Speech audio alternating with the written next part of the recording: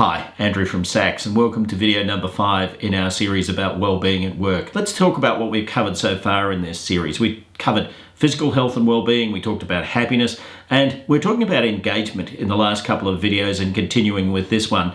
Well-being at work being defined as engagement partially, recruiting for engagement, and this one's about leading for engagement. So to talk about how to lead for engagement, let's look at some leader behaviours.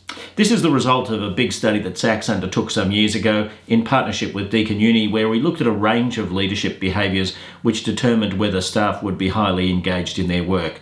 And what we discovered was that there were a number of leader behaviours that seemed to be very important, and here are 10 of them.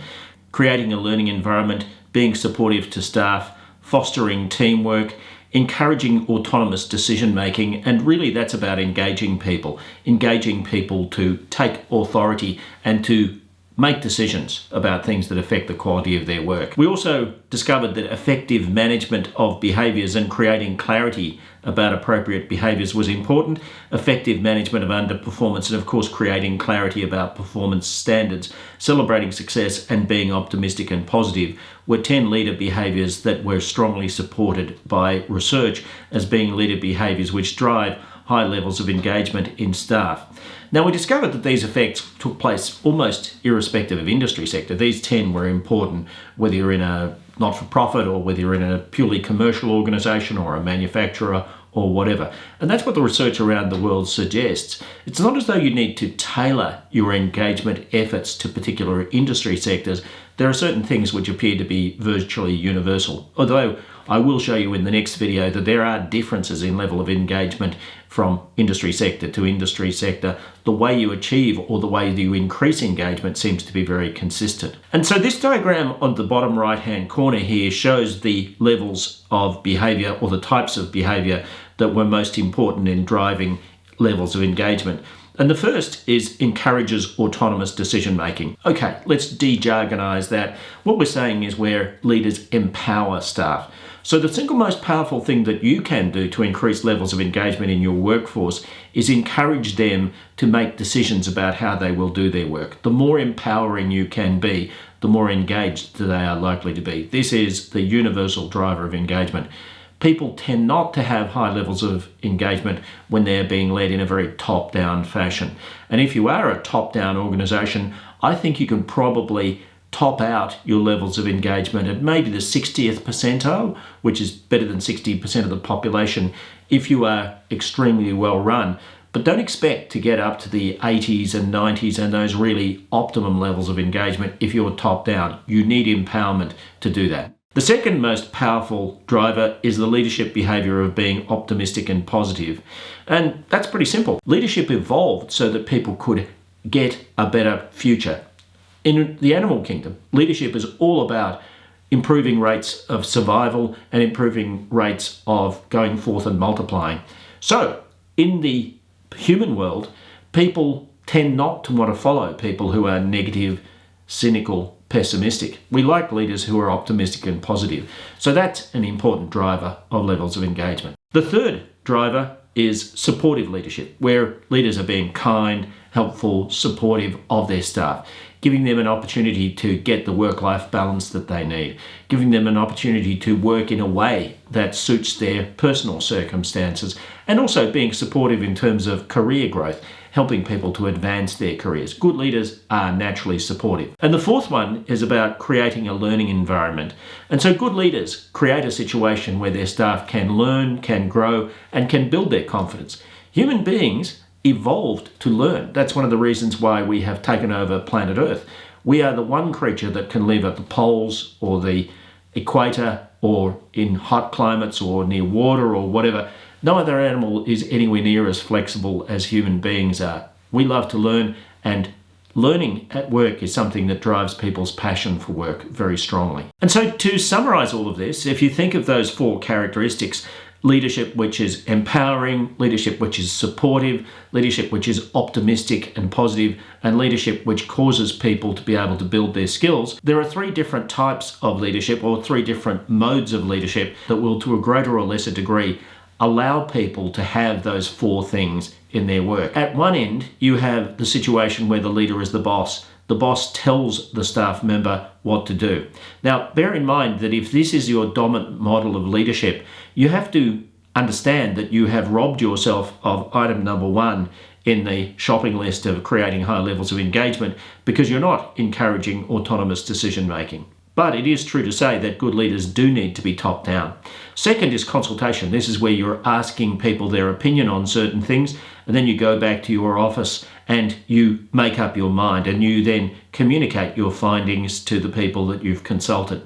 Now, the risk of this, of course, is that if you don't do what somebody suggested that you do, they may feel cheated. They may feel that you just pretended to consult them. But in any event, even if they don't feel like that, they certainly are likely to feel that you've done Model 1 leadership, and that is that you've purely and simply been the boss.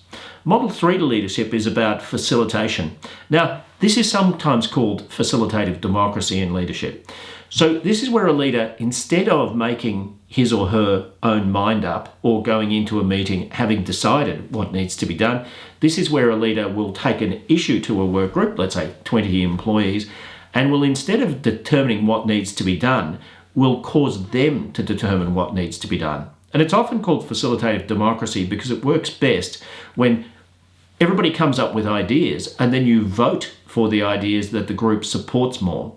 Now, if you do this style of facilitative leadership leads to higher levels of engagement. So empowerment, trust, optimism, they're all shown, aren't they? Where you take an issue to a work group, and the issue might be a problem, or it also might be an opportunity. How are we going to make the most of this situation? You cause the work group to come up with great ideas. You then sponsor them to actually do those ideas. And your role as a leader is much more a supportive role rather than an I will tell you what to do. It's also great if you then empower them to actually execute the solution. Whatever it is that they've come up with, you empower them to do it, not just to tell you what to do so you can then use your authority, but where you sponsor them to use their authority. If you do that, you will build their levels of confidence, but you also build their levels of engagement and well-being. This is a very positive style of leadership. Increases levels of engagement very markedly. If you look at most leaders across the world, they oscillate between Model 1 and Model 2, but progressive organisations are increasingly teaching their leaders two skill sets, really. One is when should I do this, when should I do this, and when should I do this. But the second skill set is how do I do this? How do I be a good facilitator? How do I run a process where, rather than making up my mind and telling people what's been decided, where I cause them to be skilled at making up their minds, leading like a facilitator? And I think that organisations should build this into their leadership development activities, because if people are skilled in choosing when to use these three models of leadership, and especially if they use Model 3 enough, what you'll end up with is a workforce that will increase its levels of confidence. And when leaders do this, they often tell me that instead of people coming to them with problems, they come to them with ideas and potential solutions. So the interaction with a leader is, instead of saying, tell me what to do, it's more along the lines of, hey, we thought of this, what do you think? So you're adding value by giving them feedback and guidance on the suggestions that they've come up with. Very empowering. Now, this is also a very, very important diagram from researchers by the name of Cotton and Hart here in Australia, going back some years ago. But employees live in four worlds. They live in the world of their job, their team, their leader, and the organisation. And proximal and distal. Proximal means close to me, so my job is about as close to me as I can find. My team is also very proximal because I'm embedded in them every day. My leader, of course, is also very proximal to me, but the organisation is largely distal. And what I mean by distal is that it's not close to me, it's away from me. It's a concept in most cases. So the important thing to understand here is that 80% of people's well-being comes from the immediate team that they belong to. Now, if you're a leader who is a positive leader, then I think you can take this as a great source of optimism, because you can have a massive impact on the well-being of your staff. On the other hand, if you aren't confident to empower people, to support them, to cause them to learn, and also to demonstrate a sense of optimism about what the future is likely to be like, you have to understand that you may well be damaging the well-being of those staff and causing them to have lower levels of engagement at work. So that's what we wanted to say about leading for engagement. Leading for engagement is all about empowering people, and it's also about providing them with the opportunity to feel supported and also to have a chance to learn at work. The next video is going to be about how engagement varies across different segments of the workforce. So for instance, do different industry sectors have different levels of engagement? Does different levels of remuneration lead to different levels of engagement? Are there differences in engagement across different age groups?